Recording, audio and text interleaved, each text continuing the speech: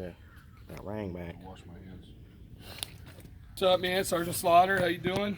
So what we're doing today on my BMW is I was having a misfire. So it said it was cylinder 7, but all of the spark plug holes had about a shot or two of oil in them, which means a couple things. Either the valve cover gasket's leaking, or the spark plug gaskets are leaking, or possibly the tubes for the spark plug tubes are brittle and leaking.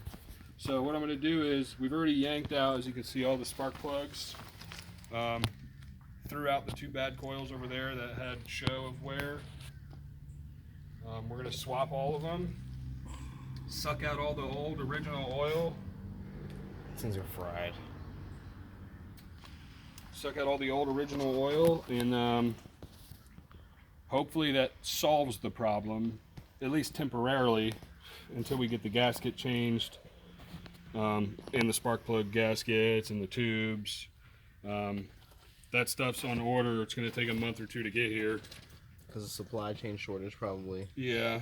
The spark plugs and coils, though, you can run to AutoZone or Advanced Auto Parts and scoop those. I'm not going to buy OEM because OEM's not in here currently. So I'm going to just do exactly what was already in here. NGK spark plugs. Those aren't double pronged. As you can see, there's only 1 prong. Double prong will have 2 prongs. So it's pretty much guaranteed you're going to get a spark. These are great and they work great, but you spend an extra 50 cents per spark plug and you get yourself a way better product. So that's the 2006 650i BMW. We'll let you guys know when we throw those in and start it up and see how it runs. We're probably going to get some smoke on that initial run, because there's, even if I suck out a bunch of that oil, there's still oil that fell into the head.